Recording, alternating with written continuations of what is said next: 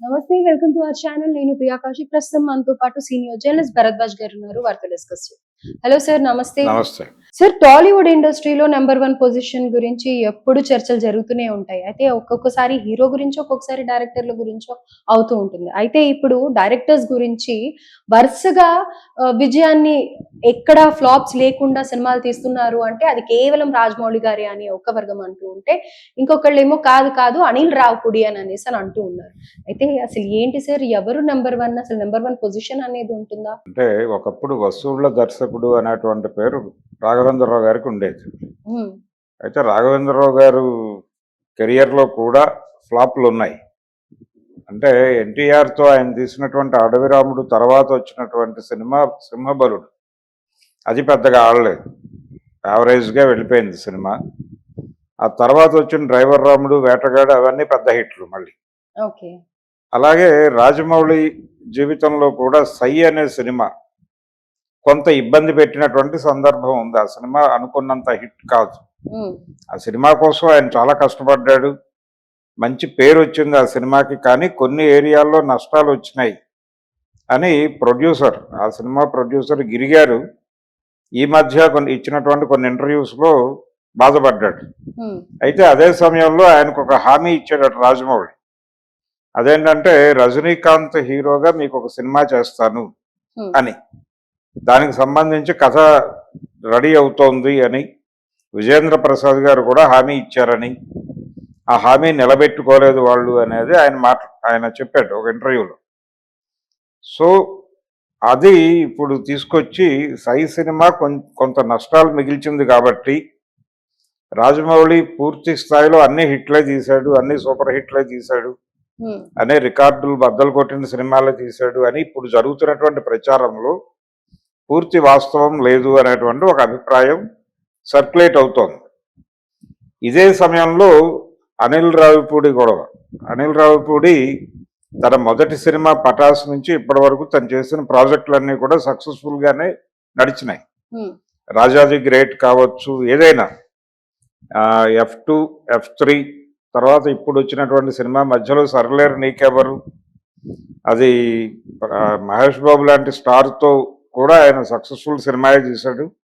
అలాగే నందమూరి బాలకృష్ణ గారితో ఆయన చేసినటువంటి ప్రాజెక్ట్ కూడా అది బాగా డబ్బులు తీసుకొచ్చినటువంటి ప్రాజెక్ట్గానే నిలబడింది, భగవంత్ కేసరి.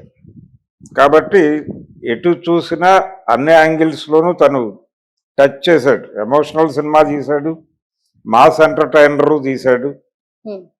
కొంత రవితేజకి రాజాజీ గ్రేట్ అనేది చాలా పెద్ద సక్సెస్ ఇచ్చిన సినిమా. ఆయన కెరియర్లో ఒక అంటే అయిపోయింది అనుకుంటున్నటువంటి దశలో ఆయనకి మళ్ళీ హోప్ ఇచ్చినటువంటి సినిమా అది. అలా పర్టికులర్గా అనిల్ రావిపూడి గురించి మాట్లాడాల్సి వస్తే తను భారీ బడ్జెట్ల సినిమాల జోలికి వెళ్ళలేదు.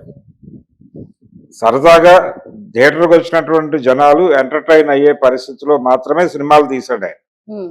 అంటే సినిమా అనేది థియేటర్కి వచ్చిన ప్రేక్షకుడిని ఎంగేజ్ చేయాలి, ప్రధానంగా ఎమోషనలైజ్ చేయాలి, ఎంటర్టైన్ చేయాలి. వీటిలో ఏది చేయకపోయినా జనాలు సినిమాని పక్కకి పెట్టేస్తారు.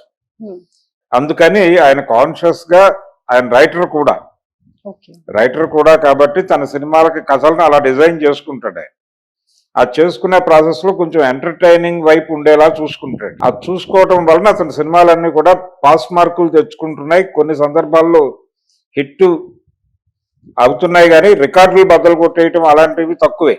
అంటే సంక్రాంతికి వస్తున్నాం చెప్పుకోవచ్చు కదా సార్. సంక్రాంతికి వస్తున్నాం అనేది అది ఈ సంక్రాంతి సీజన్ లో నెంబర్ 1 సినిమాగానే నిలబడింది. అయితే సరిలేరు నీకెవరు మహేష్ బాబుతో ఆయన చేసిన సినిమాతో పాటే అల్లు అర్జున్ తో త్రివిక్రమ్ చేసినటువంటి అలవైకుంఠపురం రిలీజ్ అయింది. ఆ రెండు సినిమాల మధ్య పోటీలో కొంత ఎడ్జ్ అటువైపుకి వెళ్ళింది, అలవైకుంఠపురానికి. అలా అయితే దీనికి కూడా డబ్బులు వచ్చినాయి బాగా, అలాగని దీనికంటే ఎక్కువ డబ్బులు అక్కడ వచ్చినాయి అలవైకుంఠపురానికి.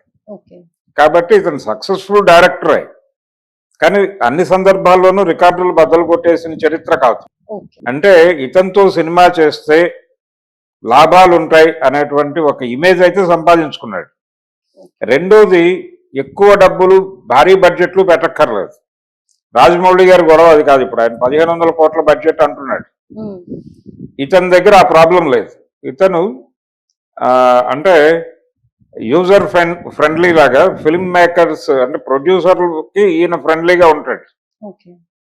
కాబట్టి ఈయన ప్రొడ్యూసర్ ఫ్రెండ్లీ డైరెక్టర్గా ఎస్టాబ్లిష్ అయ్యాడు Anil Ravipudi.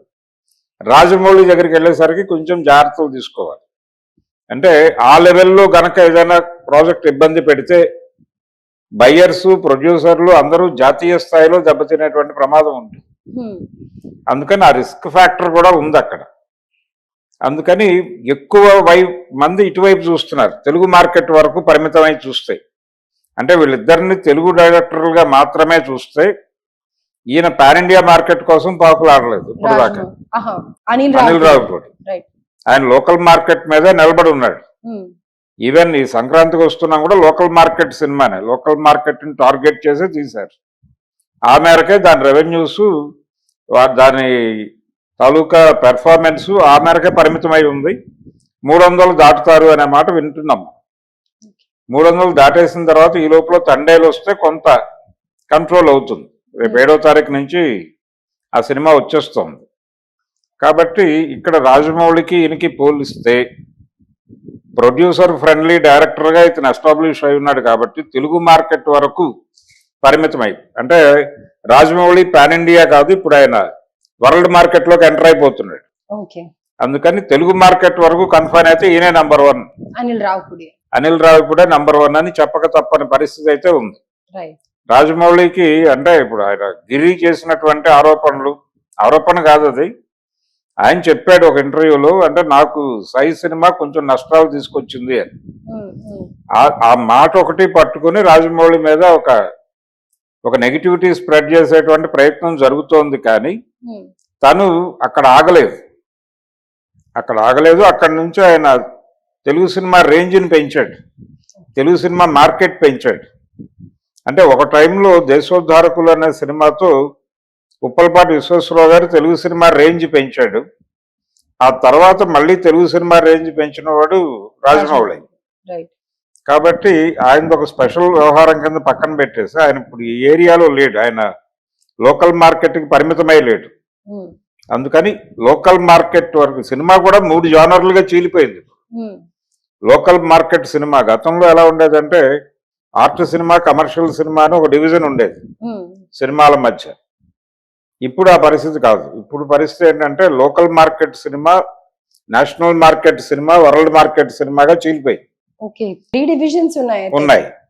National market already Rajamouli అక్కడ ఉన్నాడు. అక్కడ నుంచి ఇంటర్నేషనల్ మార్కెట్కి ప్రమోట్ అయ్యేటువంటి ప్రయత్నాల్లో ఉన్నాడు ఆయన గ్లోబల్ మార్కెట్లోకి. ఈ గ్లోబల్ మార్కెట్లోకి ఎంటర్ అవ్వబోతున్నాడు. కాబట్టి ఆయన్ని లోకల్ మార్కెట్ నుంచి తప్పించేసి లోకల్ మార్కెట్ వరకు ఈ నంబర్ 1 అనిల్ రావిపూడి. అంటే తెలుగు రాష్ట్రాల వరకు ఈయన నంబర్ 1గా మనం మాట్లాడేసుకోవచ్చు, ఏం పర్లేదు. అయితే సార్ మీరు ఇప్పుడు గ్లోబల్ మార్కెట్ రాజమౌళి అని అనేసి అని అంటున్నారు కదా, అంటే ఆస్కార్ వచ్చినందుక, లేకపోతే ఇప్పుడు నెక్స్ట్ మహేష్ బాబు అండ్ ప్రియాంక చోప్రాతో చేస్తున్న మూవీస్ గురించి అని అంటున్నారు? లేదు, ఆయన మార్కెట్ పెంచుకుంటూ వెళ్ళటమే వ్యూహంగా మగధీర నుంచి ఆ ప్రయత్నాల్లో ఉన్నాడు ఆయన. అంటే మగధీర